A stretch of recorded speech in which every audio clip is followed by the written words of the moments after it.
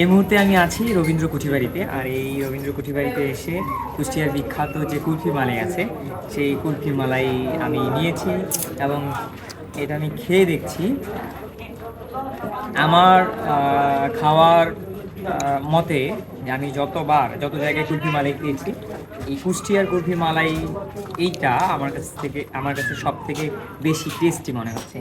এখানে কি এখানে কি কি আছে? এটা শুধু দুধ চিনি আর এলাচ। কি দিয়ে তৈরি করে? দুধ চিনি আর এলাচ আর কিচ্ছু নেই। আর অন্য কিছু অন্য কিচ্ছু নেই। এইখানে নকল কি কি ইউজ করা যায়? নতুন ওই যে ঢাকাতে বিক্রি হয় ডেলিকুইটের দুধ, আলতার মিল, এই সবটা দিয়ে ওখানে কুলফি বানায়। ওই জন্য শক্ত করকর করে। আর এই যে অরিজিনাল কুলফি হলে সেটা হয় নরম। অরিজিনাল কুলফিতে থাকবে শুধুমাত্র দুধের যে স্বর। হ্যাঁ অরিজিনাল কুলফিতে শুধু দুধের স্বাদ। দুধের স্বর তাছাড়া অন্য আর হচ্ছে মিষ্টির জন্য আপনারা কি ব্যবহার করেন? চিনি। চিনি, দুধের স্বর, চিনি আর হচ্ছে এলাচ। এলাচ।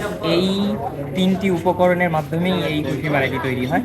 তো আপনারা বুঝতেই পারলেন। যার আধা মণ দুধ জ্বালায় হয় 6 কেজি। আধা মণ দুধ জ্বালিয়ে 6 কেজি 6 কেজি মালাই হয়। পুরাটাকে সর করা লাগে তবে গাই কুলফিটা। আচ্ছা, আপনারা কত করে নিচ্ছেন এটা? এটা বিক্রি করে 60 টাকা কেজি। 60 টাকা করে বিক্রি। 100 টাকা আছে, 60 টাকা আছে, 40 টাকা আছে। আচ্ছা, তিন রকমের। তো অবশ্যই কুষ্টিয়াতে আসলে কুষ্টিয়ার অরিজিনাল কুলফি মালাই টেস্ট সাথে। Thank you.